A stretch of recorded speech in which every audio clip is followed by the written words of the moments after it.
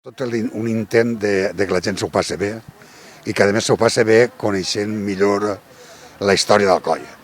En definitiva són 4 episodis de la història d'Alcoi en el que tots jo crec que hem tingut moltes preguntes i que jo intente contestar-les d'una manera divertida i utilitzant la ficció, per supost. Jo crec que quan més jove millor, perquè la història d'Alcoi se'ns va de les mans en la joventut, que cada volta és més difícil que coneguen i que coneixen la nostra història. La gent major jo crec que ja la sabem prou i mos l'han contat de mil maneres, no? Esta és la mil i una manera de contar la història d'Alcoi.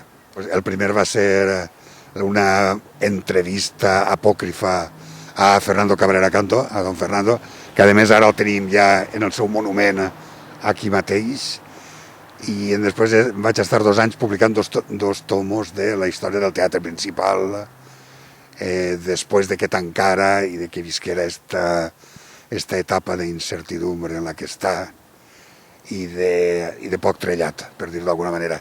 I este quart, que bueno, és aquestes cròniques irreverents, que tot gira al voltant sempre de l'únic que jo sé fer, que és fer periodisme.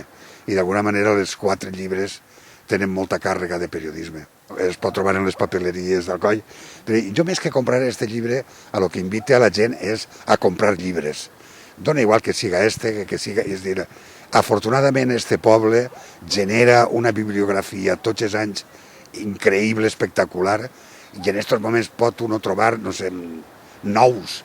En este últim mes, 6 o 7 o 8 llibres de temes alcoians.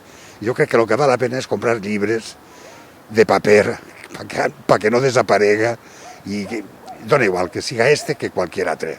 Si és per supost millor, però bueno, dona igual que compren llibres.